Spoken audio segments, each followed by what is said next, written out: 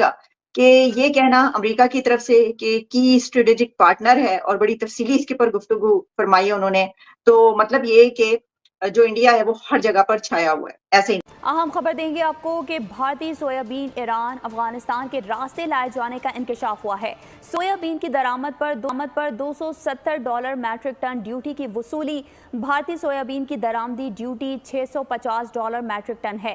क्योंकि जब अफगान तालिबान इक़्तिदार में आए थे तो किसी के वहमो गुमान में भी नहीं होगा कि पाकिस्तान के प्राइम मिनिस्टर एक दिन उनके खिलाफ प्रेस कॉन्फ्रेंस कर रहे होंगे और उन पर अफगानिस्तान ने पाकिस्तान को तस्लीम नहीं किया। जब ये मुल्क आज़ाद हुआ, अफगानिस्तान ने यूनाइटेड नेशंस में हमारे खिलाफ वोट किया, फिर ड्यूरेंट लाइन का मसला खड़ा कर दिया, फिर कहा खैबर पख्तूनख्वा पर अफगानों का हक है।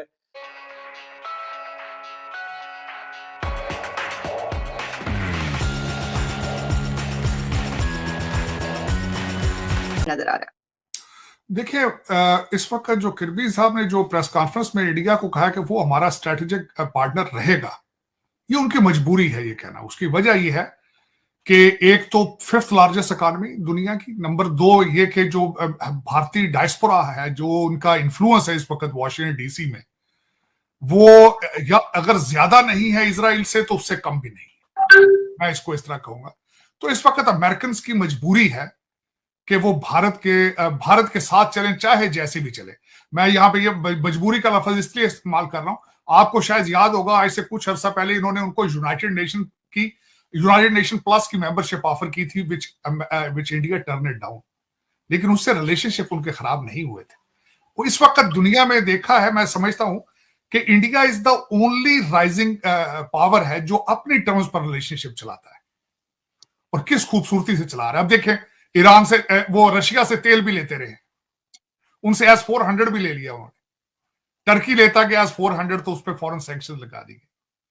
तो इस वक्त जो मैं समझता हूं कि उनकी एक तो फॉरेन पॉलिसी, उनकी फाइनेंशियल स्ट्रेंथ और उनका हाउस के अंदर उनकी सपोर्ट या ग्रिप, उनकी सब्जेक्ट।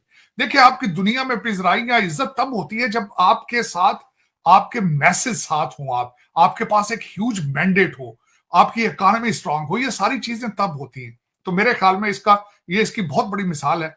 इसके साथ ही करबी साहब ने एक और भी स्टेटमेंट दी है जो मैं बताना चाहूंगा कि इजराइल के साथ किस तरह बिहेव करते हैं वो। आज देखा गया है कि कल से चल रही बात कि बीबी नेतन्याहू ने कहा था कि हम गाजा पे काबिज रहना चाहते हैं फॉर लॉन्ग पीरियड टाइम।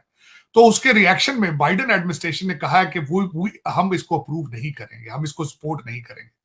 तो आज इन्हीं किरबी साहब ने उनको कहा है कि we have disagreement but we are friends, and friends don't have to agree on everything.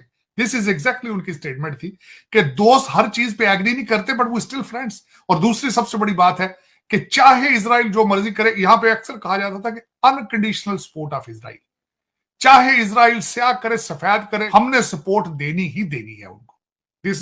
This is the part.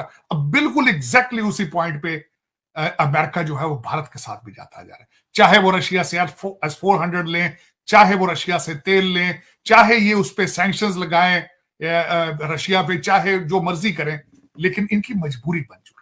वो सारी साहब यहाँ तक कहा उन्होंने, जॉन किर्बी साहब ने, कि ये जो है जो हमारी स्ट्रेटेजिक पार्टनरशिप है और कितना वो इम्पोर्टेंट है हमारे लिए। जब नरेंद्र मोदी साहब अमेरिका आए थे तो आपने देखा नहीं था, उन्होंने कहा आपने देख तो लिया कैसे उनको वेलकम किया गया, इसके बाद कुछ कहने की जरूरत क्या है, ये कहा है उन्होंने। मैं समझता हूं जो प्रोटोकॉल मोदी साहब को दिया गया था जब वो आए, आज तक मैंने नहीं देखा किसी दूसरे प्रेसिडेंट को इतना प्रोटोकॉल दिया गया।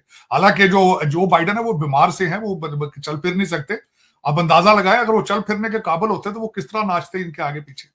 तो वो ये बिल्कुल उनकी बात ठीक है कि इंडिया जो मर्जी करे उनके रिलेशन। अब अमेरिका की मजबूरी है उनके साथ चलना, और जिस तरीके से भारत ने उनके जेहन में ये डाल दिया है कि हमारे बगैर you are zero in front of China, हमारे बगैर you are zero in close to Taiwan.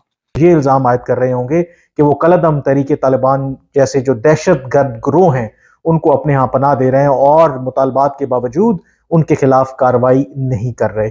जो एक और डेवलपमेंट हुई है कि जिससे अंदाजा भी होता है कि पाकिस्तान किस कदर नाराज है, नाला है इस वक्त जो अफगान तालिबान की हुकूमत है। वो फैसला ये है कि आपको पता है कि जब अफगान तालिबान इक़्तिदार में आए थे तो यकीनी तौर पर एक तो आपको पता है कि हम खुश भी हुए थे, जो खास करके जो हमारे फैसला साज हैं कि जी ये बड़ी अच्छी डेवलपमेंट हो गई है पाकिस्तान के लिए कि अब अफगानिस्तान के अंदर एक फ्रेंडली हुकूमत है, जिसकी वजह से नंबर वन पाकिस्तान के जो सिक्योरिटी इंटरेस्ट हैं उनको नुकसान नहीं पहुंचेगा। दूसरा, अफगानिस्तान के अंदर अगर स्टेबिलिटी आएगी तो पाकिस्तान जो एक उसकी ख्वाहिश है कि अफगानिस्तान के जरिए जो सेंट्रल एशियन स्टेट्स हैं, जो एनर्जी कॉरिडोर है, जो इकोनॉमिक कॉरिडोर है, उसका जो एक मंसूबा है उसको पाया तकमील तक पहुंचाएगा। लेकिन चीजें जो अनफोल्ड हुई बिल्कुल उसके बरक्स हुई। और फिर उसमें इंपॉर्टेंटली पाकिस्तान को जब अफगान तालिबान दोबारा इक़्तिदार में आए, सबसे बड़ा कंसर्न ये था नंबर वन के अमेरिका और मगरबी जो ताकतें हैं वो अफगानिस्तान को एक दफा फिर बेयारो मददगार ना छोड़ दें। और दूसरा, पाकिस्तान ने माजी के तजुर्बात से सबक सीखते हुए ये भी पाकिस्तान को कंसर्न था कि अफगान तालिबान इक़्तिदार में आए हैं तो ये ना हो कि दुनिया उन्हें तस्लीम ना करे। तो पाकिस्तान ने भरपूर सपोर्ट की अफगान तालिबान की जब वो इक़्तिदार में आए, और जो इंटरनेशनल फोरम हो पाकिस्तान ने एक मौक़िफ़ अपनाया कि दुनिया को बावजूद इसके कि बेशक इनको तस्लीम नहीं किया गया, जो भी माजी में इनकी पॉलिसी रही, इनके साथ इंगेज करना चाहिए।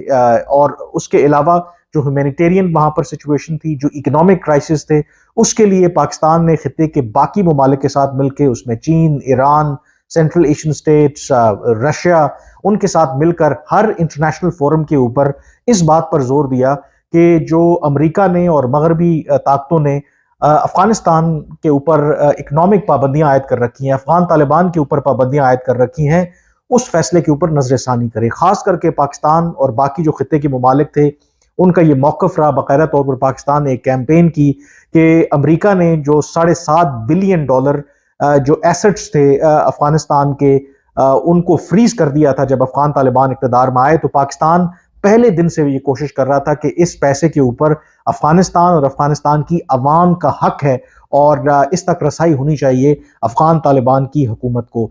इसी तरह से बाकायदा तौर पर जब अगस्त 2021 में अफगान तालिबान इक़्तिदार में आए तो बाकायदा तौर पर on behalf of the Afghan Taliban Pakistan ने बाकी दुनिया के साथ इंगेज किया, कोशिश की कि जल्द अज जल्द जो अफगान तालिबान है उनको दुनिया जो है वो तस्लीम कर ले। और इसी वजह से पाकिस्तान के ऊपर ये इल्ज़ाम भी लगता रहा कि हम अफगान तालिबान के तर्जुमान क्यों बने फिरते हैं, और इस तनकीद को परे रखते हुए हम तमाम वो कोशिशें करते रहे।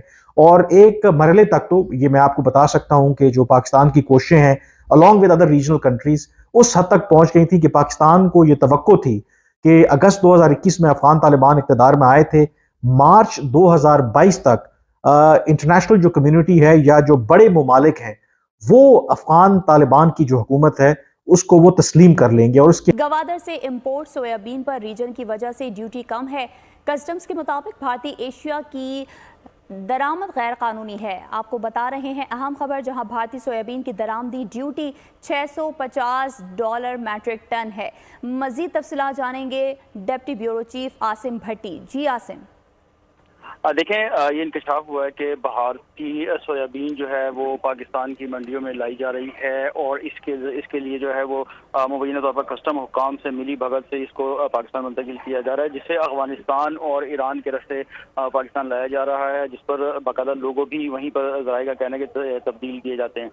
ज़राए के मुताबिक हज़ारों टन जो सोयाबीन है वो मंथली पाकिस्तान मुंतकिल हो रही है। अगर यही सोयाबीन कराची पोर्ट पर लाई जाती है तो इसकी ड्यूटी $650 मैट्रिक टन है, जबकि जो अफगानिस्तान और ईरान के रास्ते लाई जा रही है उसमें $270 मैट्रिक टन तक वसूल की जा रही है। कस्टम हुकाम ज़राए के मुताबिक $380 पर मैट्रिक टन का इसमें गबन किया जा रहा है। अगर ऐसे ही इसको केजी के हिसाब से देखा जाए तो वो 22 रुपये केजी, और इस तरीके से इसको जो कि 192 रुपये केजी जो कि होनी चाहिए उसकी कीमत 22 रुपये केजी देकर मुबैना तौर पर मिली भगत के जरिए पाकिस्तान मुंतकिल हो रही है, जिसके बायस पाकिस्तानी मईशत को बड़ा नुकसान दिया जा रहा है।